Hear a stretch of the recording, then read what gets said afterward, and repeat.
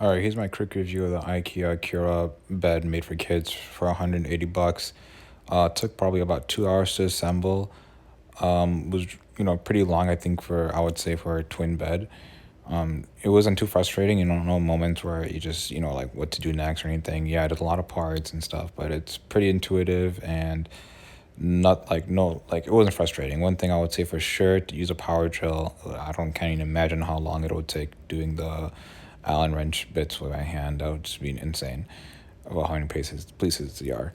The main drawback of this thing is if you have it in the like the single bed single bed frame mode, like not the bunk bed mode, it's really short. This poster is like the poster board goes right above your head almost. Like there's only about a couple of feet of space, so like you just be careful about that. You can hit your head really easily. Like your child can hit your head really easily. You can hit your head really easily on it.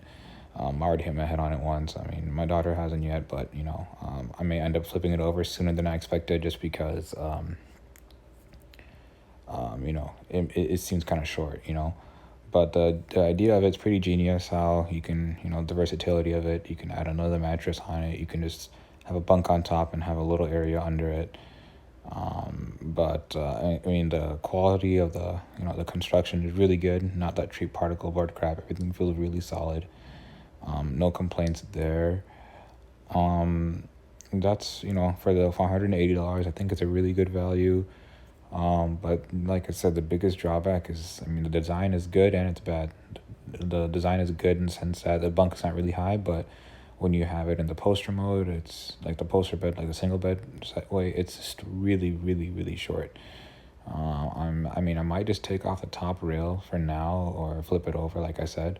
So you can see over here as I'm assembling it, like this is like if y'all left it this way, this is how it would be basically if you left it in like the bunk bed mode, where you could put the mattress on top, and then there'll be like a ladder on the side, and then you can throw an extra mattress under, or you can just leave it blank, however you want it.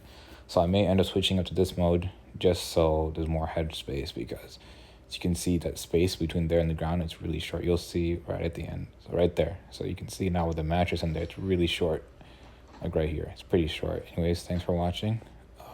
Enjoy.